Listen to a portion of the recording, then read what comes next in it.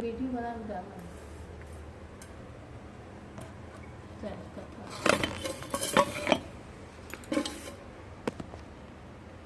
दुर्गा सरस्वती का कथा।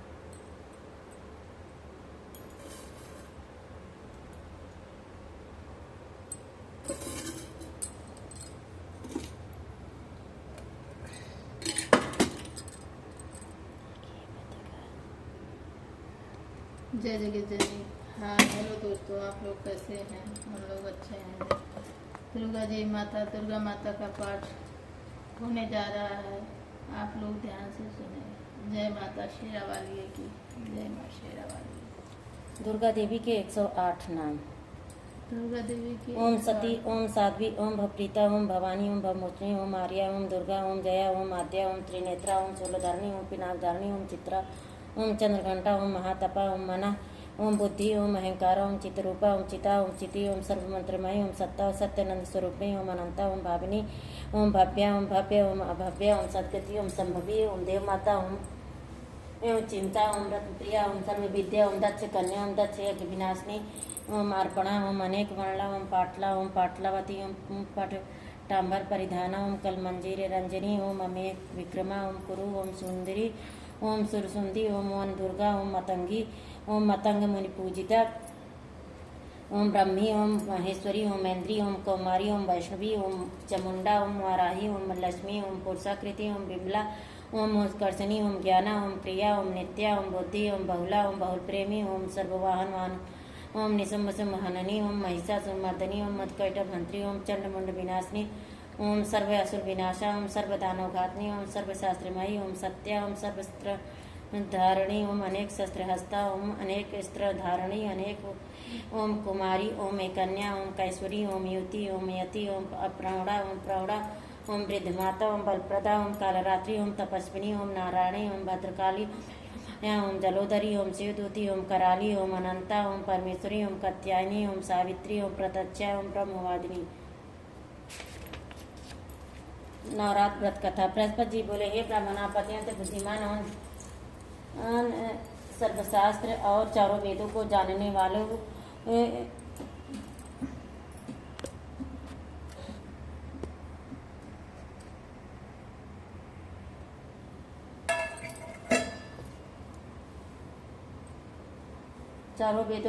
वालों में श्रेष्ठ हो। प्रभु कृपा कर मेरा वचन सुनो। चैत्र माघ और आषाढ़ के शुक्ल पक्ष में नवरात्र का व्रत और उत्सव क्यों किया जाता है? हे भगवान,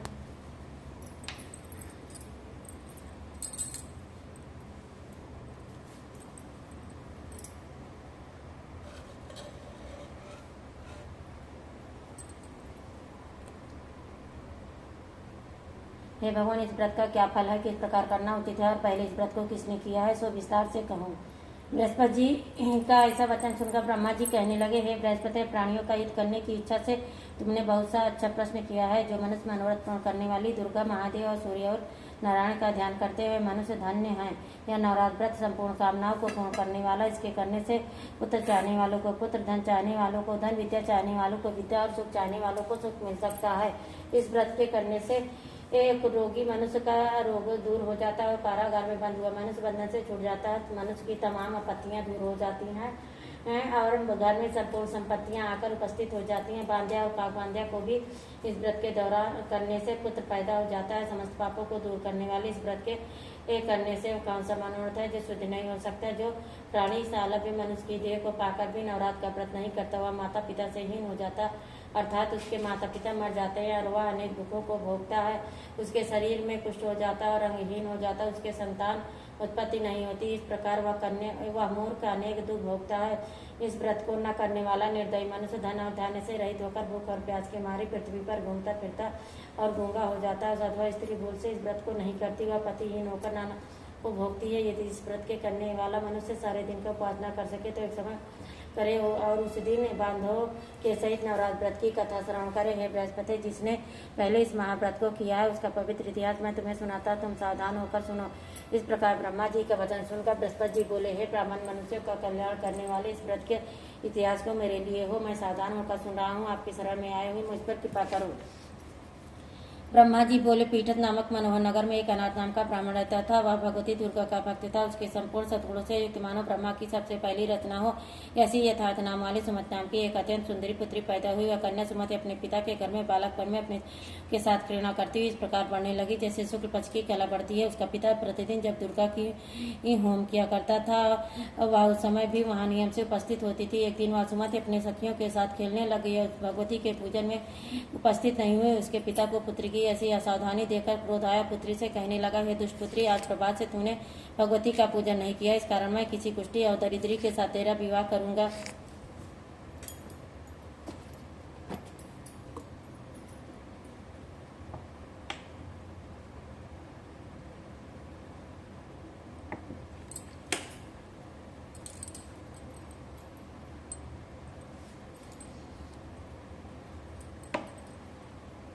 इस प्रकार कुपित पिता का वचन सुनकर सुमति को बड़ा दुख हुआ और पिता से कहने लगी, हे पिताजी, मैं आपकी कन्या हूँ, मैं सब तरह से आपके अधीन हूँ। जैसी आपकी इच्छा हो मेरा विवाह कर सकते होगा, वही जो मेरे भाग्य में लिखा है। मेरा तो इस पर पूर्ण विश्वास है।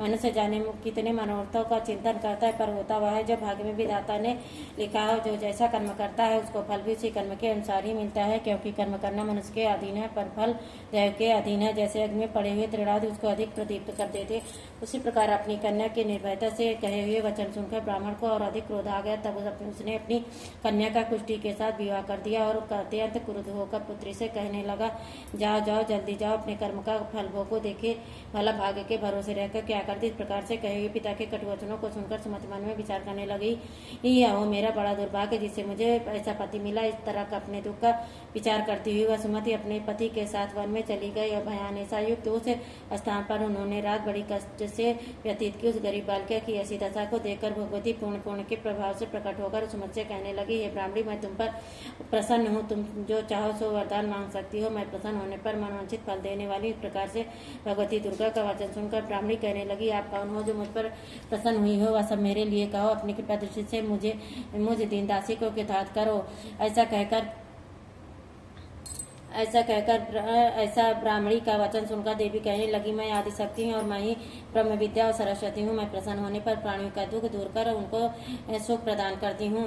हे ब्राह्मणी, मैं तुम पर तेरे पूर्वजन के पुण्य के प्रताप से प्रसन्न हूँ। मैं तुम्हारे पूर्वजन का वृतांत सुनाती सुनो तू। पूर्वजन में निषाद भील की स्त्री थी और अति पतिव्रता थी। एक दिन तेरे पति निषाद ने चोरी की। चोरी करने के कारण तुम दोनों को सिपाहियों ने पकड़ लिया और वह जाकर जेल खाने में कैद कर दिया। उन लोगों ने तेरे को और तेरे पति को भोजन भी नहीं दिया। इस प्रकार नवरात्र के दिनों में तुमने ना तो कुछ खाया और ना जल ही पिया। इस प्रकार 9 दिन तक नवरात्र का व्रत होगा। हे ब्राह्मणी, उन दिनों में जो व्रत हुआ उस व्रत के प्रभाव से प्रसन्न होकर तुम्हें मनवांछित वस्तु दे रही हूँ। तुम्हारी जो इच्छा हो सो मांगो।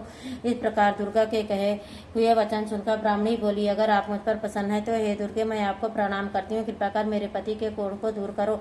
देवी कहने लगी, उन दिनों में जो तुमने व्रत किया है उस व्रत के एक दिन का पुण्य अपने पति का कोढ़ दूर करने को अर्पण करो। मेरे प्रभाव से तेरा पति कोढ़ से रहित और सोने का सामान शरीर। ब्रह्मा जी बोले। इस प्रकार देवी के वचन सुनकर वह ब्राह्मणी बहुत प्रसन्न हुई और उस पति को निरोग करने की इच्छा से ऐसे बोली। तब उसके पति का शरीर भगवती दुर्गा की कृपा से कुष्ठहीन होकर अति कांति युक्त हो गया, जिसकी कांति के सामने चंद्रमा की कांति भी क्षीण हो जाती है। वह ब्राह्मणी अपने पति की मनोहर देह को देखकर देवी को पराक्रम वाली समझकर स्तुति करने लगी, हे दुर्गे, आप दुर्गति को दूर करने वाली, तीनों जगत का संताप हरने वाली, समस्त दुखों को दूर करने वाली, रोगी मनुष्यों का निरोग करने वाली, प्रसन्न होने पर मनोवांछित वस्तु देने वाली और दुष्ट मनुष्यों का नाश करने वाली हो। तुम्हें सारे जगत की माता और पिता हुए अम्बे, मुझे अपराध रहित अपलाकुत मेरे पिता ने कुष्ठी मनुष्य के साथ विवाह कर मुझे घर से निकाल दिया। उनकी निकाल हुई मैं पृथ्वी पर घूमने लगी। आपने ही मेरा इस आपत्ति रूपी समुद्र से उद्धार किया। हे देवी, मैं आपको प्रणाम करती हूँ, दिन की रक्षा करो। ब्रह्मा जी बोले, हे बृहस्पति। इसी प्रकार उस सुमति ने मन से देवी की बहुत स्तुति की। उससे की हुई स्तुति सुनकर देवी को बहुत संतोष हुआ और ब्राह्मणी से कहने लगी, हे ब्राह्मणी, तेरे उद्दालक नाम का अति बुद्धिमान, धर्मान, कीर्तिमान, जितेंद्रीय पुत्र शीघ्र ही होगा। ऐसा कहकर देवी उस ब्राह्मणी से फिर कहने लगी, हे ब्राह्मणी, और जो कुछ तेरी इच्छा हो वही मनवांछित वस्तु मांग सकती है। ऐसा भगवती दुर्गा का वचन सुनकर सुमति बोली, हे दुर्गे, अगर आप मेरे पर प्रसन्न है तो कृपा कर मुझे नवरात्र व्रत विधि बतलाइए। हे दैवती, जिस विधि से नवरात्र व्रत करने से आप प्रसन्न होती उस विधि को और उसके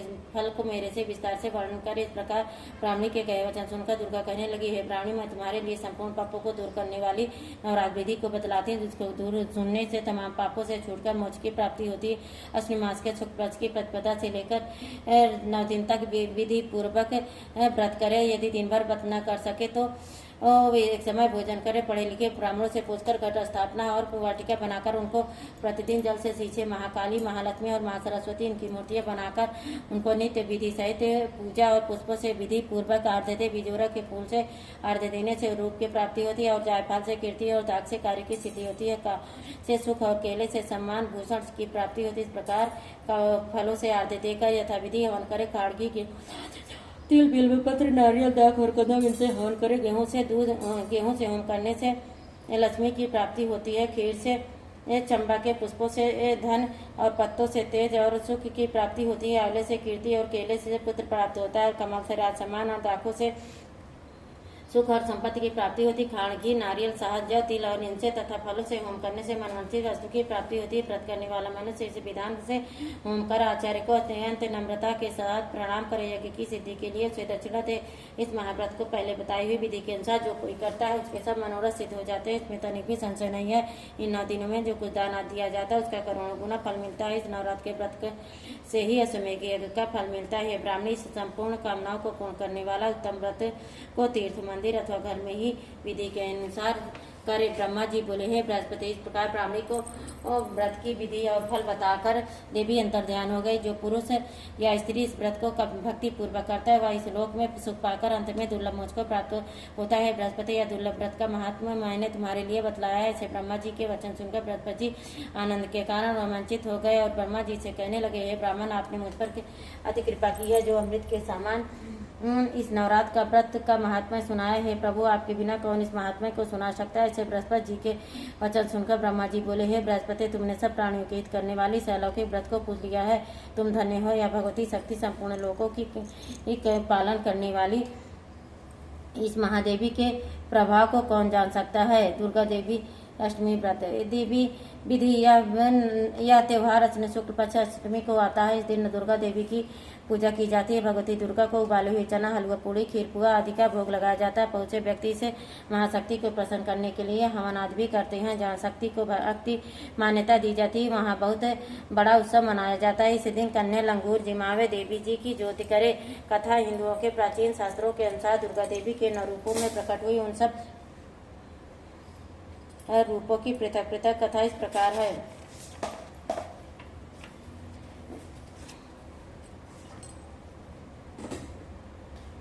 महाकाली। एक बार पूरा संसार प्रलयग्रस्त हो गया। चारों ओर पानी ही पानी दिखाई देता। उस समय भगवान विष्णु की नाभि से एक कमल उत्पन्न हुआ। उस कमल से ब्रह्मा जी निकले। इसके अलावा भगवान नारायण के कानों में से कुछ मैल भी निकला। उस मैल से कट्टभ और मधु नाम के 2 दैत्य बन गए। जब उन दैत्यों ने चारों ओर देखा तो ब्रह्मा जी के अलावा उन्हें कोई दिखाई नहीं दिया। ब्रह्मा जी को देखकर वह दैत्य उनको मारने दौड़े तब भयभीत हुए। ब्रह्मा जी ने विष्णु भगवान की स्तुति की।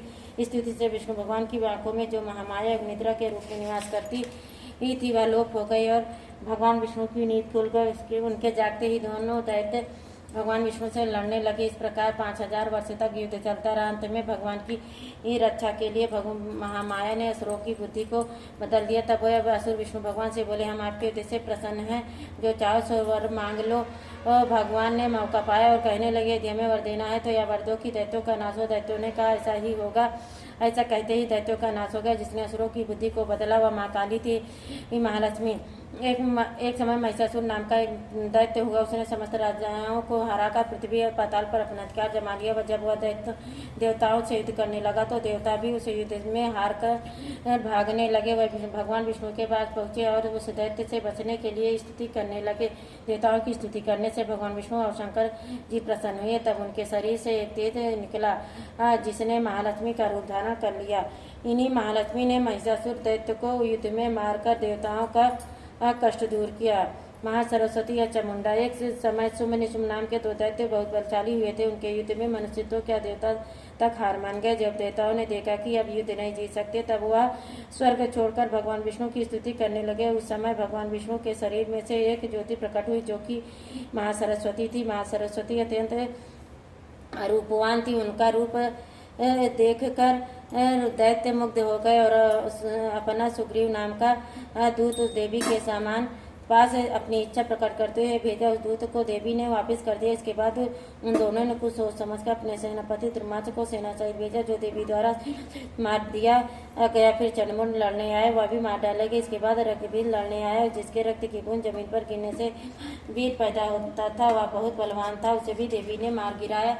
अंत में चामुंडा से सुमनिसुम स्वयं दोनों लड़ने और देवी के हाथों मारे गए। सभी देवता दैत्यों की मृत्यु के बाद खुशी और अपना अपना कार्य करने लगे। योगमाया जब कंस ने वासुदेव देवकी के 6 पुत्रों का वध कर दिया और 7वें गर्भ में शेषनाग बलराम जी आए, जो रोहिणी के गर्भ में प्रविष्ट होकर प्रकट हुए, तब 8वां जन्म श्री कृष्ण का हुआ। साथ ही साथ गोकुल में यशोदा जी के गर्भ में योगमाया का जन्म हुआ, जो वासुदेव जी के द्वारा कृष्ण के बदले मथुरा लाई गई थी। जब कृष्ण ने कन्या के रूप उसे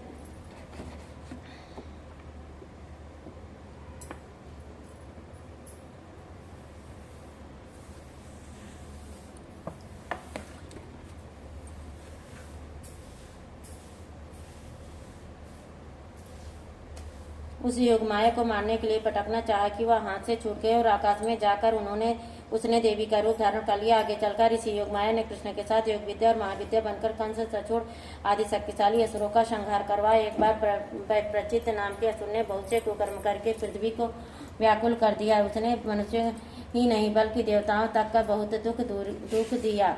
देवताओं और पृथ्वी की प्रार्थना पर उस समय दुर्गा देवी ने रक्तदंतिका नाम से अवतार लिया और प्रचित आदि असुरों का मान कर डाला। या देवी असुरों को मारकर उनका रक्तपान किया करती, इस कारण से इनका नाम रक्तदंतिका विख्यात हुआ। शाकुंभरी देवी। एक समय पृथ्वी पर लगातार 100 वर्ष तक वर्षा नहीं हुई। इस कारण चारों ओर हाहाकार मच गया। सभी जीव भूख और प्यास से व्याकुल होने लगे। उस समय मुनियों ने मिलकर देवी भगवती की उपासना की। तब जगदम्बा ने शाकुंभरी नाम से स्त्री रूप में अवतार लिया और उनकी देवी कृपा से जल की वर्षा हुई, जिससे पृथ्वी के समस्त जीवों को जीवनदान प्राप्त हुआ। एक समय भारतवर्ष में दुर्गम नाम का राक्षस हुआ। उसके डर से पृथ्वी ही नहीं, स्वर्ग और पाताल में निवास करने वाले लोग भी भयभीत रहते थे। ऐसी विपत्ति के समय में भगवान की शक्ति ने दुर्गा या दुर्गसेनी के नाम से अवतार लिया।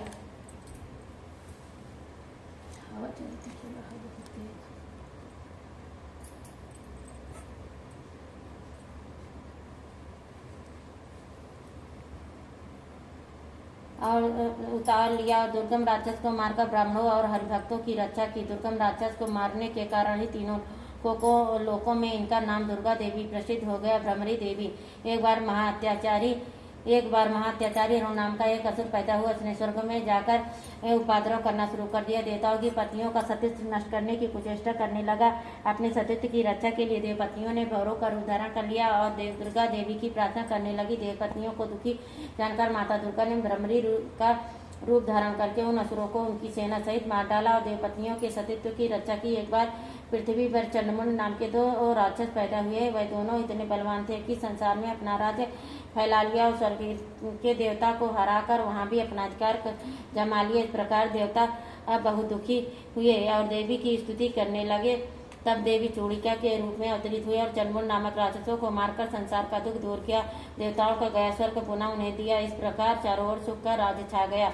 नमो नमो दुर्गे सुख करने, नमो नमो अम्बे दुख हरने। निरंकार है ज्योति तुम्हारी, लोक फैली उजियारी। सचल लाट मुख महाविशाला, नेत्र लाल बिकटी बिकराला। रूप मात को अधिक सुहावे, दरस कर जन अति सुख पावे। तुम संसार शक्ति लय की ना पालन, दंदीना अन्नपूर्णा हुई जगपाला। तुम्हें आदि सुंदरी बाला, प्रलय काल सब नाशन। तुम गौरी शिव शंकर प्यारी, शिव योगी तुम्हारे गुण गावे। ब्रह्मा विष्णु तुम्हें नित्य ध्यावे, रूप सरस्वती को तुम धारा।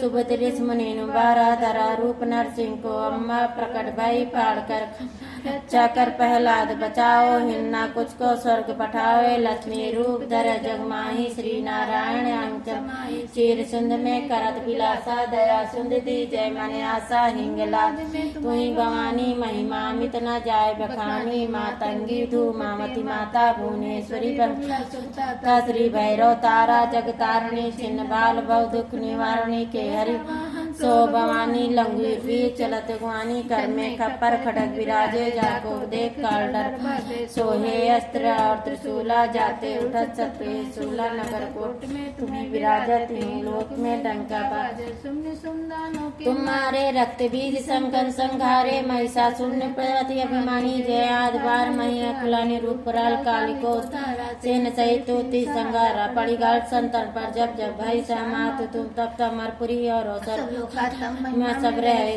का ज्वाला में है जो तुम्हारी तुम्हें सदा पूजे नर प्रेम भक्त से जो जस गावे दुख दरिद्र निकट नहीं आवे ध्यान तुम्हें जन्म मरण ताको छुट जाएगी जोगी सुनकर हो बिन शक्ति मारी शंकर अतरत कान क्रोधर जी सब लीनो निज दिन ध्यान धरो शंकर को काम कालना समर तुमको शक्ति रोग को मरण न पा तब मन पछताओ शरणागत हो कीर्त पखानी जय जय जय जगदम्बा भवानी भाई प्रसन्न आज जगदम्बा न किन विलंबा मोको मत कष्ट दिगेरो तुम बिन कौन हर दुख मेरो आशा त्रिशन पछताओ रिक मोरक मई डर पाओ तू नाच की जय महारानी सुमरे चित तुम्हें भवानी करो कृपा हे मातु दयाला रे सिद्धे करो न्याला जब लगूं दया फल जसमय सदा सुनाओ दुर्गा चालीसा जो नित गावे सब जुग भोग परम पद पावे देवी दास शरण जानी कनुपा जगदम्बा शरणागत रक्षा करे भक्त रहे निसंक मैं आया तेरी शरण